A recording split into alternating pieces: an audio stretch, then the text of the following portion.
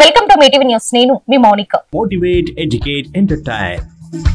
SNK and company అన్నం పండిస్తూ ఆకలి తీరుస్తున్న రైతన్నకు వందనాలు తెలుపుతూ అతిపెద్ద వ్యవసాయ పరికరాల సంస్థగా రైతుల మన్ననలు పొందుతూ అధునాతన మరియు సాంకేతిక పరిజ్ఞానం కలిగిన అన్ని రకాల వ్యవసాయ యంత్ర పరికరాలను ఎన్నో సంవత్సరాలుగా సామాన్య రైతులు కూడా కొనుగోలు చేసే ధరలకే అందిస్తుంది మీ ఎస్ఎన్కే అండ్ కంపెనీ.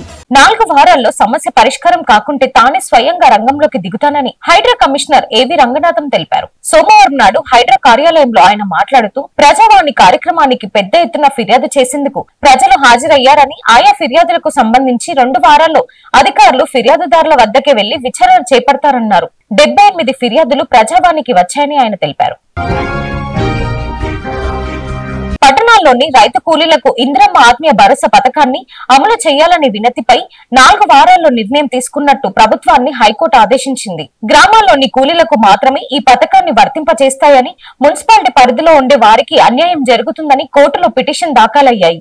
అధికారులు గతంలో మున్సిపాలిటీలో పలు గ్రామాలను విలీనం చేశారని, రైతు కూలీలందరినీ ఒకేలా చూడాలని పిటిషన్దారులు కోరారు.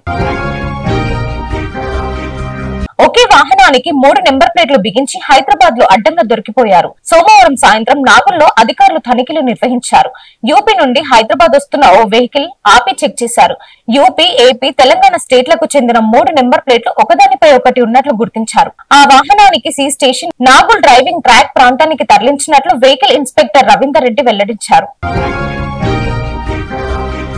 కేటీఆర్ కు ఆవేశం ఎక్కువ, ఆలోచన తక్కువ అని మంత్రి సీతక్క అన్నారు. ఒక గ్రామానికి కొత్త పథకాలను పరిమితం చేస్తున్నట్లు బ్రహ్మపడుతున్నారని మంత్రి సీతక్క మండిపడ్డారు. పథకాలు రాని గ్రామాల్లో రణరంగంగా మారుతాయని కేటీఆర్ వ్యాఖ్యలను మంత్రి సీతక్క ఖండించారు. ఈ సందర్భంగా నూతన పథకాలతో గ్రామాల్లో పండుగ వాతావరణం కనిపిస్తుంటే కేటీఆర్ ఓర్వలేకపోతున్నారని ఆమె విమర్శించారు.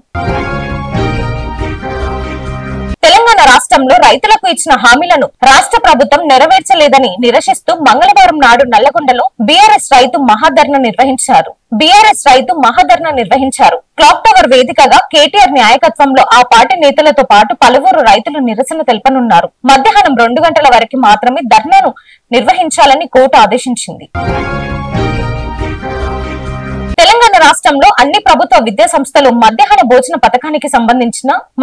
భోజనానికి సంబంధించి ఒకే విధమైన కామన్ మెన్యూను అమలు చేయాలని విద్యా కమిషనర్ ప్రతిపాదించింది. అన్ని కేటగిరీల వారికి మెస్ ఛార్జీలను పెంచాలని, ఒకే మెస్ ఛార్జీలను అమలు చేయాలని సిఎస్ కు నివేదిక ఇచ్చింది. వంటతో సహా తాగేందుకు బోర్ నీళ్లకు బదులు మిషన్ భగీరథ నీళ్లను వాడాలని పేర్కొన్నారు. భోజనానికి కట్టెల పొయ్యి మీద కాకుండా గ్యాస్ సిలిండర్ పై వడ్డించాలని సూచించారు.